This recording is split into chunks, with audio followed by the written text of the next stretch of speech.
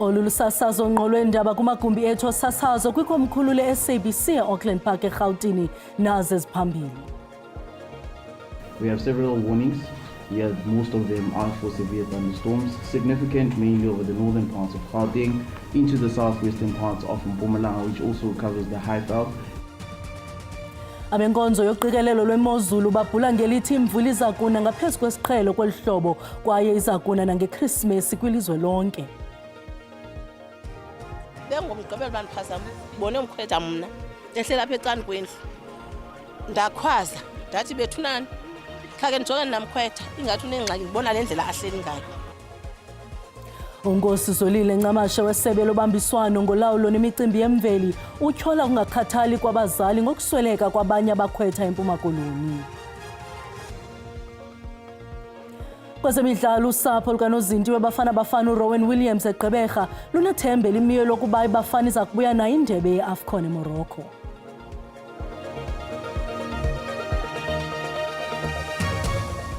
Molweni makhaya nankuvimba wangokuhlwanje. Inkonzo yoMzantsi Afrika yemozulu iqikelela ukuba kuza kuna imvula engaphaya kweqhelekileyo kwimimandla eliqela kweli lizwe ngeli xesha leholide zehlobo. Kulindeleke ukuba kune imvula ngosuku lweKrisimesi de kuyofika usuku lonyemidyala xa singena kunyaka omtsha. Iinzululwazi zithi oku kudalwa inkqubo yokuguquguquka kwemozulu ebizwa ngeLa Nina nenyusa amathuba emvula emandla nedala izikhukhula okuvaliswe kwinkomfa ebanjwe yile nkonzo kunye noonondaba ePitoli emva kwemini namhlanje. Inkonzo yoMzantsi Afrika ilumkise ukuba kulindeleke imvula engaphaya kweqhelekileyo ngezolide zehlobo iphenjelelwa luhlobo lwemozulu ebizwa ngeLa Nina nethi inyuse amathuba emvula. Kulindeleke ukuba le mvula imandla ichaphazele umntla, umbindi kunye neengingqi ezikwimpuma yeli lizwe. Ezi ngingqi ziquka iphondo iKwaZulu-Natal, iGauteng, iMpumalanga neFreystata.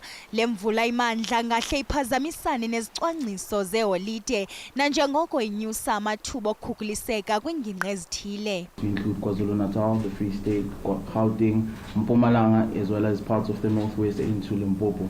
We have several warnings, yet most of them are for severe thunderstorms, significant mainly over the northern parts of Gauteng into the southwestern parts of Mpumalanga, which also covers the Highveld. Inzululwazi iphawula ukuba imozulu yeLa Nina kulindeleke ukuba ichithe iinyanga ezimbini okanye ezintathu. Still expect with quite a high confidence of the summer season, so in this case we're talking about the December, January, February season specifically, to be above normal.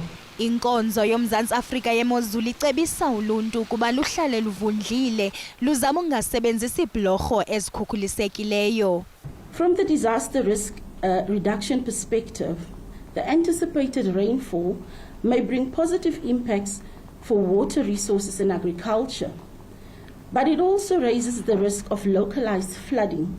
Uluntu lukwabongozwa ukuba lunike ingqalelo zonke izilumkiso ezisuka kwinkonzo yemozulu, ingakumbi abantu abahlala kwindawo ezikwimimandla ethe gabalala ezantsi nakwindawo zogoba ityholo. Abasemagunyeni kumanxweme aKwaZulu-Natal babongoza abantu abaza kutyelela kumanxweme ukuba baqubhe kuphela kwiindawo ezilungiselelwe oko kulandela ukutshona komntu kwindawo engagadwanga eMdlothi kunxweme olukumantla. Kukholeleka ukuba lo uneminyaka eli-17 ubudala olahlekileyo sethathwa ngokuba uswelekile emva kokuqubha kwiqula elikunxweme lwaseMdlothi izolo. Ukukhangelwa kuneminyaka eli-17 kuye kwaqhuba ngale ntsasa kodwa khange abonakale tu kwaphela. Basically what occurred yesterday is the 17-year-old got into difficulty on the northern side of the tidal pool here and was sucked out of the channel. The lifeguards managed to rescue 2 of the swimmers, but unfortunately the third one is still missing. So we rely on NSRI and search and rescue to assist us. The search continued into the late evening last night and was called off due to poor visibility and light. Amagosa ohlangulo alumkisa ngobungozi bokungalandeli imiqathango yokhuseleko. He could have gone further further north or washed further out. So it's very difficult. The further the person goes into the ocean, the bigger the area that we've got to cover to search. And again, with poor visibility and poor light, it's very difficult. We can't even do aerial searches with drones. Amagosa ohlangulo athi asaza kuqhuba namaphulo okulumkisa uluntu ngeli xesha likaxakeka. Isebe lezempilo eNtshona Koloni lithi yonke into imicalanye kwinkqubo yokulungiselela ixesha leziyunguma. Kungoku nje abenkonzo zikaxakeka zezempilo kunye neziko likazwelonke lezohlangulo kwilwandle zityale amagosa nezixhobo kwingingqi ezithile. Iziganeko zokurhaxwa kwabantu, ukuhlatywa nodubulo zezona ziganeko zigcwalisa amagumbi onyango ongxamisekileyo ezibhedlele ngeli xesha leziyunguma. Lixesha elimelwe kukubalelwa konwaba neziyunguma, kodwa kumagosa eenkonzo zexesha likaxakeka, izibhedlele neenkonzo zohlangula kuba sisiphithiphithi kusindisa ubomi. Uninzi lweziganeko bezinganqandeka. Many emergencies we see during this festive season are predictable and are preventable. But prevention is not about restricting celebration, it's about protecting lives, families, and access to healthcare for everyone. Utywala bubalwa njengoyena nobangela wezingozi besithi amanani ayothusa. From the week from the 11th of December to this morning, we had 28,000 admissions to our emergency centres across the province, and of the 28,000 admissions, about 6,700 were trauma-related admissions. Inkonzo yezohlangulo ephondeni kunjalo ithi amagosa abo abangamaxhoba maxa wambi.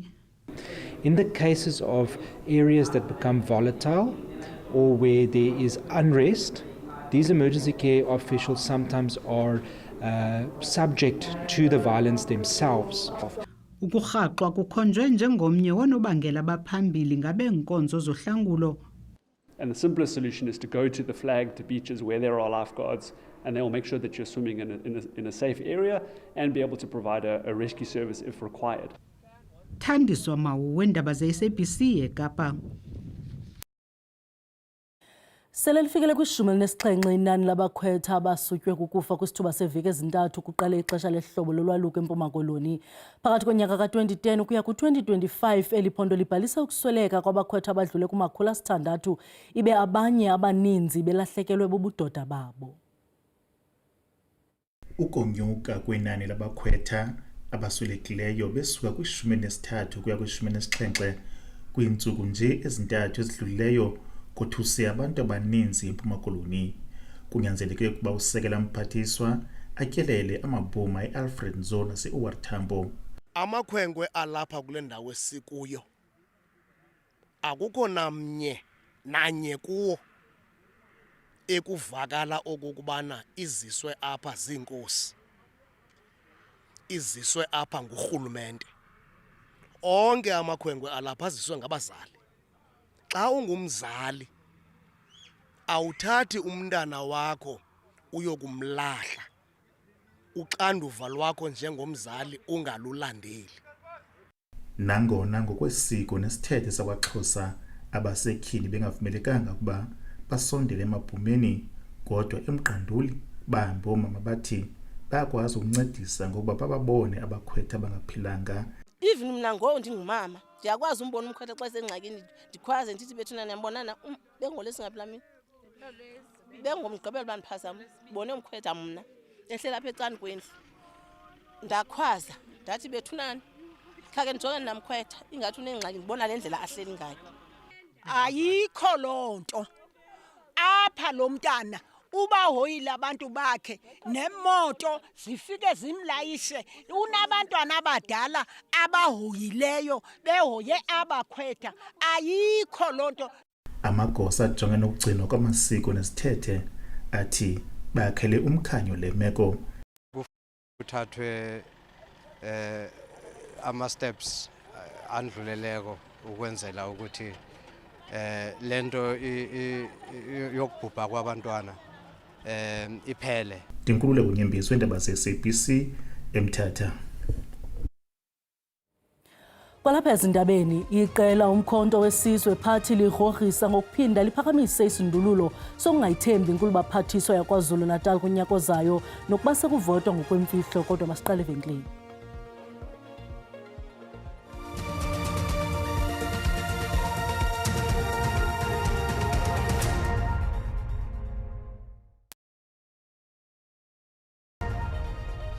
Masiphothise kwabo basandula ukungena uyakwazi ukuzibukela kwakhona izindaba kwi-SABC Plus nakwijelo le-YouTube uthi SABC Indaba zesiXhosa. Xa ubukele sicela ucofe ulike ukuba ukamcofa usubscribe sibongoza wenze njalo kwinqoko liphambili sithe. Abenkonzo yoqikelelo lwemozulu babhula ngelithi sizakuna ngaphezu kwesiqhelo imvula kolihlobo kulo lonke eli. Baqhuba bathi izakuna imvula ngomhla weKrismesi kwiveki ezayo phantse kwilizwe lonke. Ingcali zicebise abathengi ngamaqhinga abanokuwasebenzisa ukucwangcisa kakuhle imali phakathi kwempelanyanga kaDisemba noJanuwari. Uhlalutyo lwenziwe yiStandard Bank lubonisa ukuba mkhulu umsantsa phakathi kwempelanyanga kaDisemba nekaJanuwari xa kuthelekiswa nezinye inyanga kuba kuninzi imivuzo ikhawuleza ingene ngoDisemba ukukhawulelana neeholide zehlobo. KoMzantsi Afrika inyanga kaJanuwari ivakala inde kuba imivuzo kaDisemba ingena kwangoko kufuneke bachithe imali kwizidyunguma umntu abe esalindwe zindleko zezikolo. Abathengi baye bazifumane bephantsi kolona xinzelelo lwemali ngoJanuwari. Ngcali zithi kubalulekile bachule ukwenza. Now that we are in the festive season, spending expectations are slightly better than a year ago, but the tone remains cautious. We saw Black Friday sales were stronger than in 2024, which shows that consumers are willing to spend, but selectively. Mali ithi zininzi kanti indlela ezinokusetyenziswa ngabathengi ukulondoloza imali abayisebenzele nzima. The first pitfall is people not going into the festive season with a budget. Number two, not prioritizing the essential stuff. Number three, sometimes this whole influence where you have visitors or friends, that's where things go wrong. Xa kujongwa ku-2026 ukuxhathisa kobume bezimali kumakhaya, ngcali zithi kuzaqhubekeka kodwa ngololovane. Imibutho yoonoteksi kunye nabaqhubi beeteksi zemigama emide ityikitye isivumelwano sokhuseleko kwirenki yeteksi iWanderers kumbindi wesixeko saseRhawutini. Izibophelele ekuthobeleni imithetho yendlela nokubeka phambili ukhuseleko lwabakhweli ngeli xesha leeholide zehlobo. Bekunyamfuka abantu bebulala inyoka erenke yaseWanderers eGoli njengoba imthwalisi isebhokweni eningini labantu njengoba belibhakise indaweni ezehlukene ukufaka phakathi amaholide kanye nokuya emakhaya. Inhlangano yeSantago okuyiyona ebhekela ukusebenza kwamatekisi esifundazweni iGauteng ithi izokwenza isiqiniseko ukuthi konke kuhamba kahle. We managed to speak to our drivers, we managed to speak to our queue marshals, and our drivers also, we talk to them that when they are tired, they need to rest for a while so that they can take the next trip fully fitted. Nabagibeli baphawulile njengoba bebhekise amabombo emakhaya. Ugcine nini ekhaya? Ekhaya ngigcine ngo-August. Okay, uyajabula ekhaya ubaphatheleni? Hayi ngibaphathela imali kuningi bokuthenga phakathi. Abashayeli bathi ke bazoyiphatha kahle futhi bazozama ukuthi baphumule uma ngabe bebheke emakhaya. Abagibeli sibaphatha kahle njengamanje asikayiboni ukuphazamiseka kubo noma beze bedakiwe kodwa nje bas-understanda ngendlela esibaphatha ngayo bayahlonipha futhi. Iningi labantu likujabulele ke ukuthi lizobhekisa amabombo emakhaya njengoba sekunesikhathi lagcina kanti liyethembisa futhi ukuthi ke lizoyiphatha kahle ngeke lize libahlukumeza abashayeli. Amaphoyisa athi ngisho umgibeli ohleze emotweni eTexini akavumelekile ukuthi ke aphuze utshwala noma kungashayeli yena. Uma enze njalo uzokhomba umzonotshwala. Igama lami nguCalvin Wawadludla. Endabeni ze-SABC ngibika ngiseGoli. Umphathiswa wokhuseleko loluntu nonxibelelwano eMpumalanga uJackie Masiya uthi ngamagosa ezendlela adlule ku-300 adingekayo kweliphondo. Oku kusemva kokuba kuwongwe amagosa ezendlela amatsha adlule kwi-100 naphuma kwikholeji yoqeqesho eMpumalanga. Eliphondo linamagosa adlule nje kuma-7,000 ezindleleni. Seka begaxile belindele ukungena ezindleleni lamagosa li-1,200 ebexhaswe izintsapho zabo ngethuba ifumana eliwonga bathi bakulungele ukubonakalisa izakhono abanazo. This is a good thing for our families, this is a good thing for our community at large, as we will be working very hard to overcome these road accidents and all the bad things that are happening in the roads.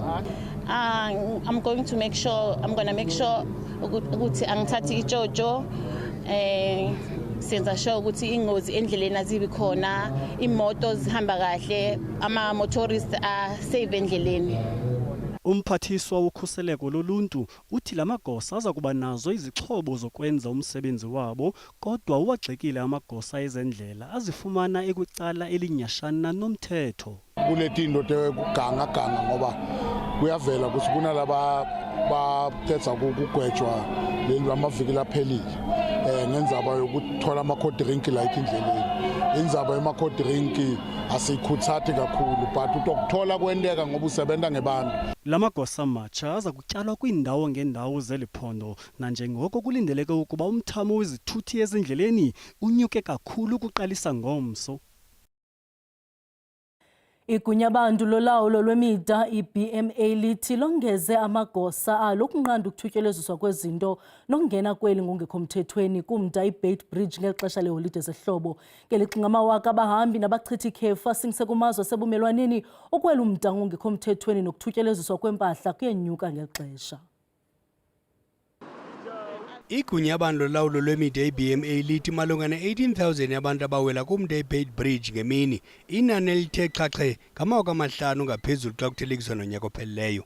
iBMA ithi ayilalanga iguqe ngamadolo ithe qwa ukuze kungathutyeleziswa izinto ngomlambo iLimpopo.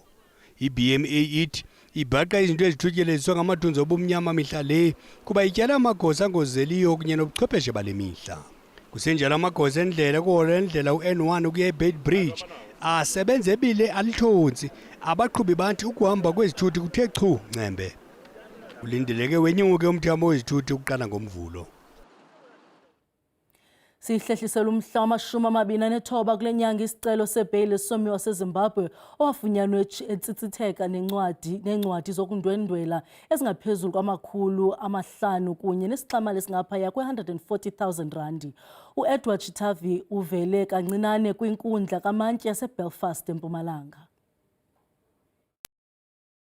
Kodwa eneminyaka eyi-43 ubudala, ijamene nezithole ezayamene nokwaphula imithetho yokufudukela kwamanye amazwe, ubuqhophololo kunye nokuthubelisa imali. uShitayizwi wanqakulwa ephethe iincwadi zokundwendwela eziyi-582 zaseMozambique, Malawi naseZimbabwe, kunye nesixa semali esingaphaya kwe-147,300,000 yeerandi kufuphi nase-eMgwenya, neyayifudula isaziwe ngeWaterval Boven kwiveki ephelileyo. Kutyholwa ukuba ebesendleleni yokugximfiza amaphepha okundwendwela kwisango laseLibombo neMozambique.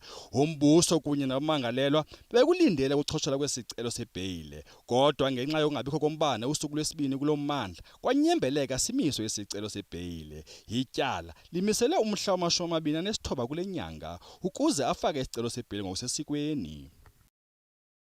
Umbutho Umkhonto Wesizwe uthi uza kuya enkundleni ufune esinye isindululo sokungathenjwa kwenkulu baphathiswa yaKwaZulu-Natal uThamsanqa Ntuli. Kodwa nangona kunjalo kweli tyeli uthi bafuna ibe luvoto oluyimfihlo. Nyaka kukho amagingxigingxi, kodwa nangona kunjalo lo mbutho uliqela lesithathu ngobukhulu kwindlu yowiso-mthetho kunye neqela eliphikisayo eKZN lithi alikagqibi ngalomba. We can't be naive and think members of provincial legislature in KZN are immune from the possibility of being killed by criminals and political thugs. So that is why we said, let's go to the secret ballot, where all of us, if MK loses, we'll accept it. Umzobe uthi kukho into embi eyenzeka KwaZulu-Natal, uveze kuba umbutho we-MK Party ufumene ivoti ezininzi kweli phondo kunyulo lonyaka ophelileyo, kodwa abakho kulawulo. Democratic principle says the one who got the highest number of votes must form government. Now in KZN, something that we have not seen in all fairness. Kusenjalo zisaqhubeka ingxoxo malunga nabemi boMzantsi Afrika abavaleleke kwilizwe lase-Ukraine, kwaye lo mbutho uthi intombi kamongameli weliqela uJacob Zuma negama lingududuzile Zuma Sambudla naye ulixhoba kule meko, bechasana nezityholo zokuba wadlala indima kulo mbhodamo. We think she was a victim of trusting someone that presented a program that looked like a legitimate program. Iqela likwaphicotha nezityholo malunga nee-judges zenkundla. Judiciary has been acting very, very suspiciously because let's Mkhwanazi himself, General Mkonas, did say that judiciary has been very dodgy in dealing with some of the drug dealers, political killings. Malunga notshintsho kwinkokheli eziphezulu zalombutho uMzobe uthi bekulindelekile nanjengoko umbutho weMK ubusazama ukuzinza uthi unyulo lorhulumente basemakhaya oluzayo konke oku kuzabe kulungile ngoko. Kwezemidlalo usapho lwekapteni nonozinti wabafana bafana uRonwen Williams luqinisekile ukuba ibafana bafana inako ukuyiphumelela iAFCON. uRonwen Williams kunozinti ozenzele igama jikelele kweli lizwe. Lo mdlali watyikitya isivumelwano neqela iMamelodi Sundowns ngonyaka 2022 emva kokudlalela iSuperSport United ixesha elide.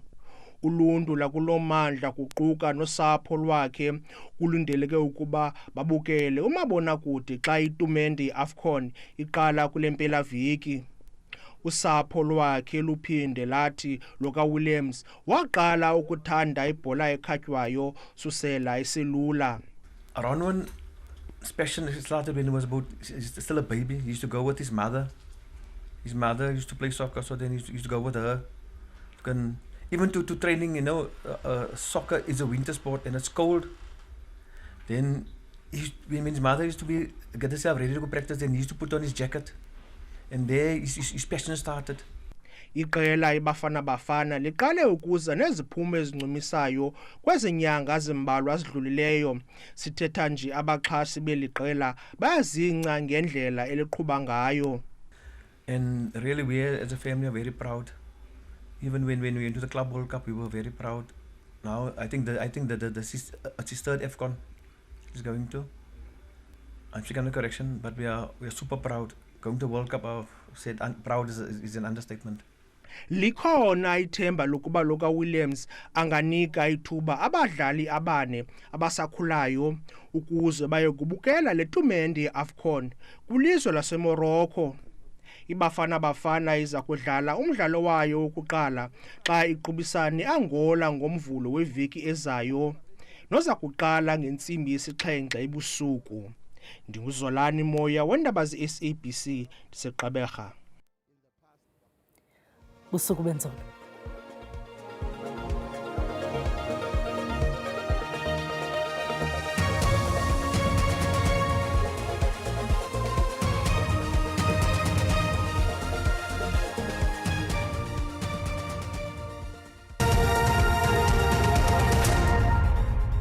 Butani wethu naluqikelelo lwemozulu hlaba umhlaba kwimimandla esentshona kodwa kuthethwa lonto kwimimandla esempuma nalapho simbona kaloku la 60% wamathuba emvula phaya koMahike ngene Gauteng eLimpopo ukuqhina pha kwindawo esigudlunxeme kwaZulu Natal 30% wamathuba emvula olindelekileyo phaya kwindawo ezikumandla phaya eFreystata kuyakungena kumntla mpuma wasempuma koloni komsoke embukeli lisahlaba umhlaba kwindawo ezisentshona kodwa ke zawuthi qolozi sina ezamvula zingephi namathuba amahle kakhulu emvula phaya Northwest kuyangena eGauteng ngokunjalo nasePulukwane uqhubeka embukeli ngononophelo zilindelekile kaloku izibhaxu senkungu phaya empuma koloni ukonyukela kwaZulu Natal empumalanga kuyakuthi gaya phaya ePulukwane kanti ke uyabongozwa into obuqaphele kaloku ezandudumo ezimandla ezilindelekileyo phaya eNorthwest kwehlela eGauteng ngokunjalo napha empumalanga ukuqhina ke ePulukwane kanti ke ngomsombukelo ezandudumo zimandla zilindeleke ngoku phaya eNorthern Cape ngokunjalo naseNorthwest masijonge into bawona amaqondo okutshisa phansi asibeka phina ndingatsho ndithi noko kufudumele kakuhle Kapa lodumo amaqondo abetha phaya ku14 degrees kodwa ke ehle ngesibhozo phaya eSutherland ngelixa ethathisa ngo19 eUppington ngokunjalo naseSpringbok phaya empuma koloni singatsho noko sithi kufudumele nje kakuhle kwindawo ezininzi amaqondo abetha phaya ko12 degrees eKomane enxuba ngokunjalo naseRhafu ze athathise ngo15 degrees eMonti 16 eSajonisi ngelixa ngu17 phaya ePitoli thathisa amaqondo ngo21 eliphalale ngokunjalo naseMusinamba namke embukeli sijonge ngomsuba izinto zimi njani na kuyatshisa ngo37 phaya eBhofolo kanti ke Vostile ngo36 kufudumele ke napha eFredendal ngo36 ngokunjalo naseUppington koWilsonia Haven Hills amalinde eMonti ngo26 ngelixa eGauteng silindele u25 kuba ke wena phaya koThoyanda olindela u29 kamnandi mawethu.